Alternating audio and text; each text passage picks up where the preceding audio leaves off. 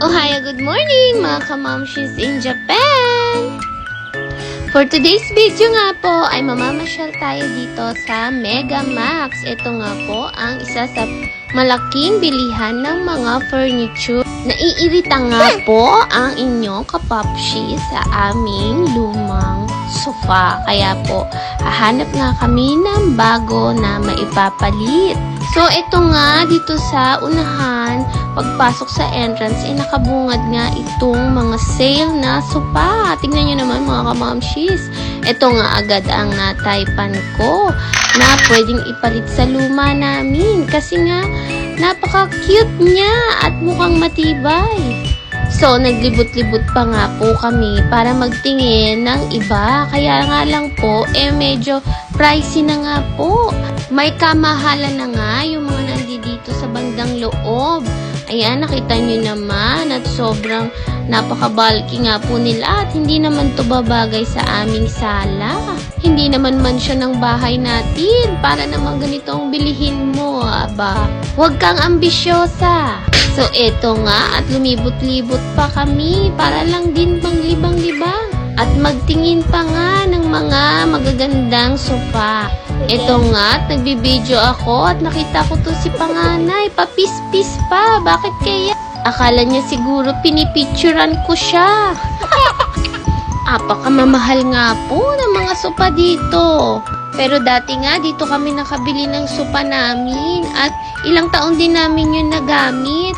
Kaya nga, parang quality naman ang mga tinda nila dito. Ito nga, at meron pa silang mga pang-outdoor na mga furniture. Kung bet mo nga maglagay sa mga hardin ninyo, mga kamamshis, ayan nga, ang cute din ng mga gamit nila dito. Gusto ko nga rin may ganito sa may harapan namin. Kaya lang nga, unahin muna namin yung bakod kasi nakakahiya naman magtambay-tambay sa labas at dadaan-daanan ka ng mga kapitbahay mo. So, napadpad nga kami dito sa may carpet section. Ito nga rin ang aming isa sa mga pinunta namin. Dahil nga papalitan din namin ng aming carpet. Ito nga kasing aming pet, doggy, ay laging jumijingle doon sa carpet namin. Kaya namamanghinga at medyo sira-sira na din dahil ginangat-ngat niya yung mga dulo-dulo nito, mga kamamshis. Bumalik na nga kami dito sa my sofa section.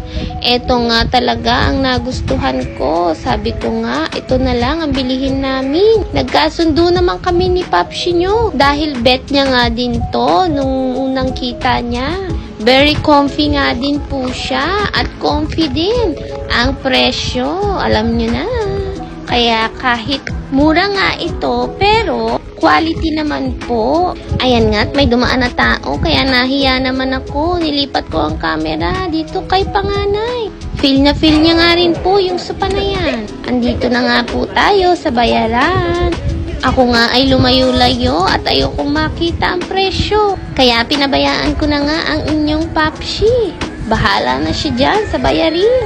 Ito nga ang aking bebe na nanahimik dahil nakuha niya na ang kanyang candy. At ayan, nag-fill up na nga po siya for delivery purpose. Ayan, at nagpispis na naman tong isa. Kala niya, pinipicturean na naman siya. Medyo nga may katagalan. Ayan, pag ganyang usap-usap. Kaya naman kami nito ni panganay ay nagutom na. May nabili nga akong crackers. Ayan, nag-aagawan pa kami. So nga, habang nag-aantay, kami dito nagkain-kain.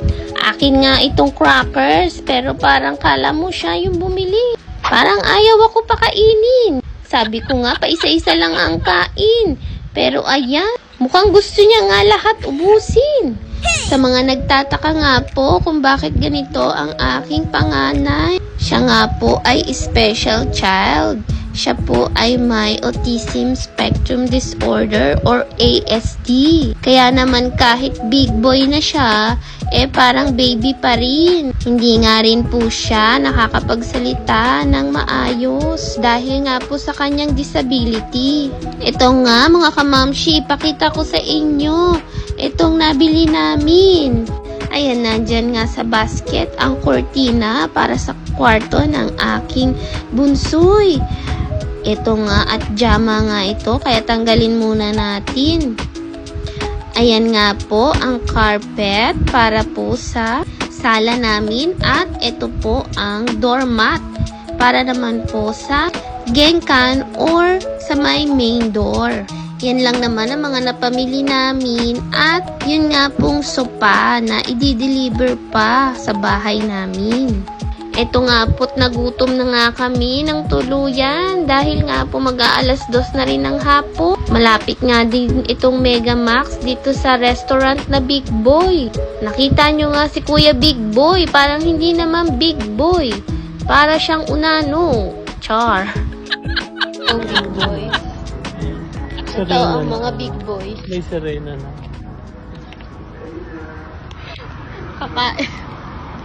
Kakain ng mga Big Boys sa Big Boy.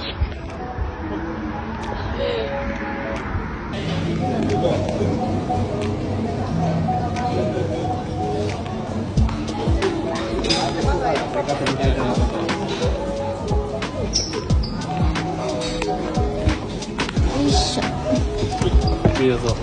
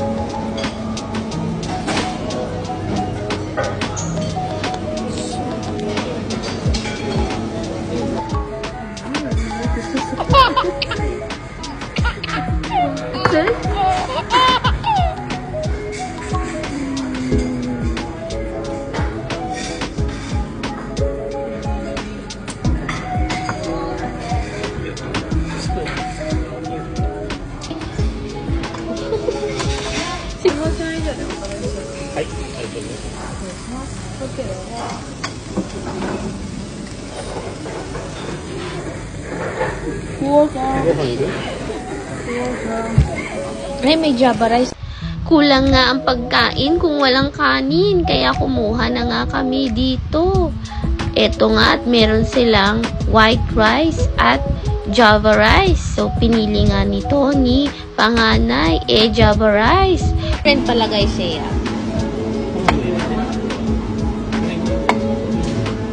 Ako sila. Diyan, mama. Moto. Mama, moto. Naubos na nga ang Java rice nila, kaya ayan naman ang binigay sa akin ni panganay. Kukunti na lang. Binanggit na nga rin namin sa staff at gusto nga namin kasi ang Java rice para maripiran nga nila. Don't forget to pray before you eat. Mag-thank you tayo for all the blessings. Ito nga, ngayon Father. Parang Amen. Okay. Ayan nga, nag-refill si panganay ng Java rice na may kasama sabaw ng curry na puno ng patatas. What? Finish na nga ang aming pagkain. Thank you, Lord, for the blessing. Ayan at simot nga ang aming mga foods dahil nga sa sobrang gutom. Ito naman at kumuha nga tayo ng ating dessert for finale. Coffee jelly nga po ito na nilagyan ng gatas. Ito nga rin na nagustuhan ko sa mga family restaurant dito sa Japan. Meron nga silang mga ganitong drink bar at salad bar. Kaya sulit na nga din pag nag-order ka. Complete meal na nga po talaga. Makakakain ka na nga ng mga gulay-gulay, only drinks ka pa, at meron ka pang dessert. Ayan nga, at bayaran portion na naman. Kaya nga hinila ko itong si panganay. Sabi ko, doon kami sa gilid. At wala nga kaming pambayad. Kaya nga ito na naman si Papsi ang magbabayad. Ang hirap nga lumabas dito sa Japan kasi kulang ang isang lapad mo sa mga bayarin. Minsan nga, mas magandang manahimik ka na lang sa bahay. And nga't paglabas dito sa entrance, natuwa ako dito kay Big Boy. Sabi ko nga, magpicture kayo dyan, mag-ama, mga Big Boy, with Big Boy. Ayan, at pumayag naman silang magpa-picture. Busog nga sila, kaya walang mga sumpong. Tuwang-tuwa nga ako at sumakses naman ang panguuto ko. Ayan nga ang papsi nyo at nilapitan pa yung sasakyan na kamukha ng samin. Second hand nga lang din tong mga nakadisplay dito pero ang gaganda pa din. Para nga sa akin, hindi advisable bumili ng brand new na sasakyan dito sa Japan. Dahil nga, ang mga second hand dito ay may makikita kang parang halos brand new pa rin. At kalahati ang presyo kesa sa brand new na sasakyan. Hanggang dito na nga lang po for today's video. Thank you for watching. Jana!